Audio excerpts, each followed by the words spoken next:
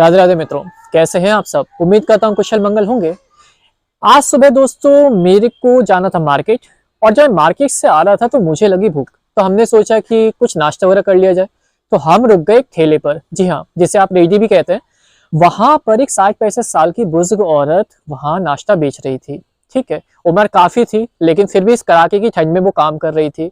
जिम्मेदारी और हालात बयां कर रहे थे किस तरह की परिस्थितियां हो रही होंगी।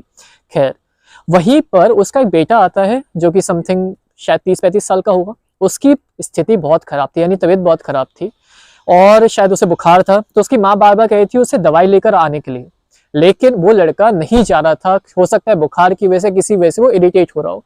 तो जब उसकी माँ ने कई बार ये बातें कही तो वो लड़का उस अपनी माँ पर बिगड़ गया, यानी कि गुस्सा हो गया। यूजुअली जैसा हम लोग होते हैं। जी हाँ, आप एक बात बताइए, क्या ये चीज आपके साथ भी होती है?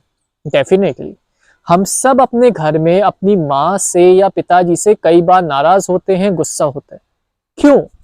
क्योंकि वो हमसे ऐसी ऐसी बातें कहते हैं जिससे हमें लगता है खराब कि क्या हमें हमेशा माँ टोकती रहती है, पिताजी हमेशा डांटते रहते हैं, पीटते रहते हैं, हर बात पर हमें सुनाते रहते हैं, है ना। तो खराब तो लगता ही है।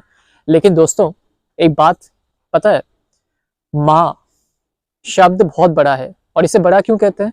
क्योंकि ऐसी बहुत सी बातें हैं जो हमारी माँ सह लेती हैं, लेकिन हम तक नहीं आने देती।